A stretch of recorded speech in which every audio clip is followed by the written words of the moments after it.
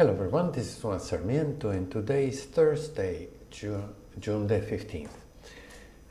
I'm going to try and make my videos on the S&P 500 on Thursday, so that will give me a little more time with the covered calls, which are better to do on expiration day for reasons that if you follow that series you will understand as I talk more about rolling over covered calls.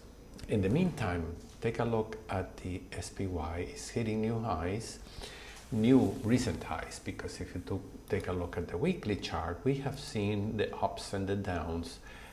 Some of my trades were made at the peak, yet because we were buying all the way down, we are now in the plus. If you take a look at the monitor here, for the year we are up 3,000. Since the beginning we are up 2,275. It doesn't really matter because you will be holding this kind of position if that's all you do to get your feet wet on the stock market. Buy the S&P 500, the SPY is cheap if you buy just one share, and over time you would get a decent return. Take a look at the trade tab here, the analyze tab rather, so we can see our trade. We have 106 shares, 106 shares with an average price of $419. At some point it was a whole lot more than that, but because we kept buying on the way down, we dollar cost average. To do dollar cost average, you have to have faith that the market will go up, I think. Now, let's say I'm going to repeat this again, I said it before. If you are at retirement age and you have, let's say, 3 years to retirement, well, this is 106 weeks paying $500 a month in SPY account, dedicated account. You can just do that and then place a cover call on that.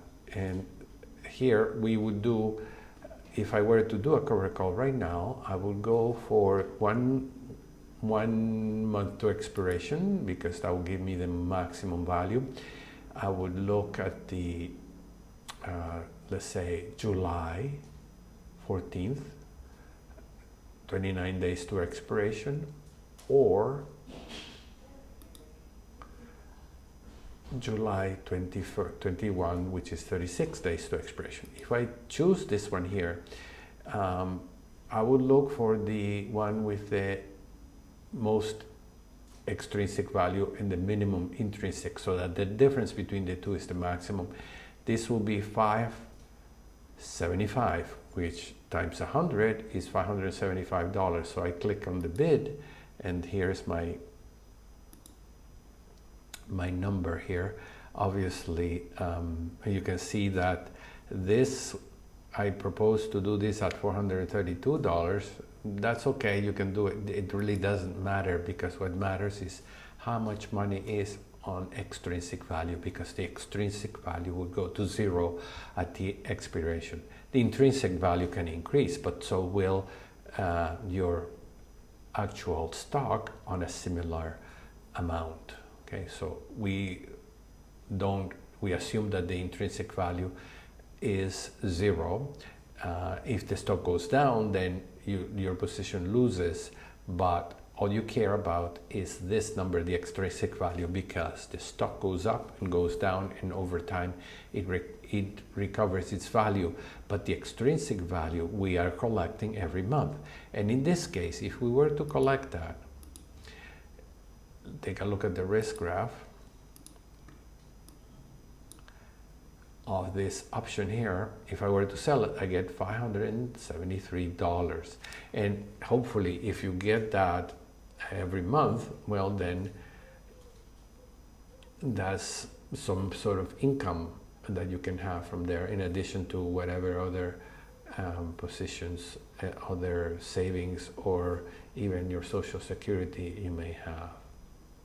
All right, so that's all that I have to say about that. I will continue to play this game as though we are not retiring. The retirement people can do that, retired people can do that, and continue to buy.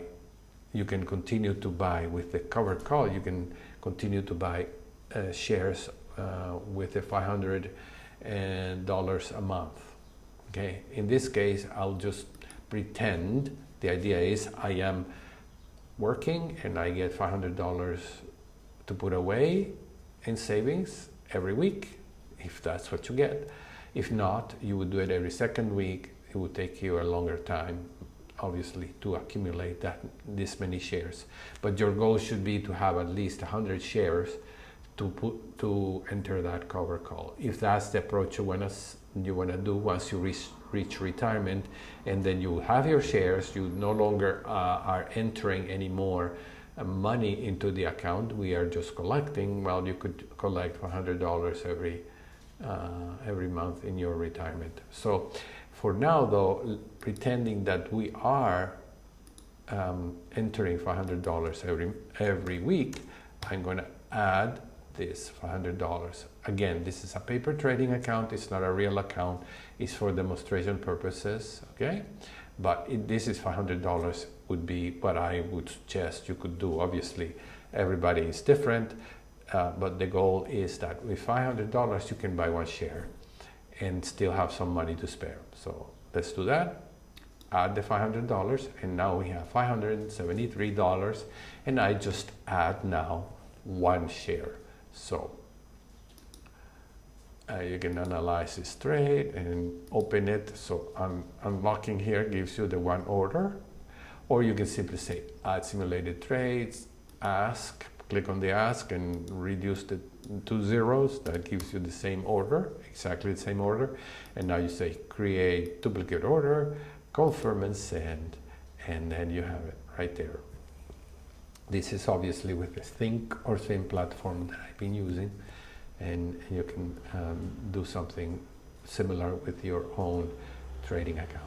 Okay, so let's send that off, and that will be $441.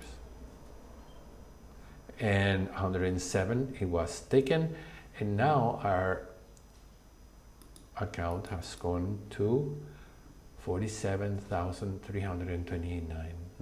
It's hard to believe that I have been doing this for so long, but only entering 501 share at a time, and now it's worth something.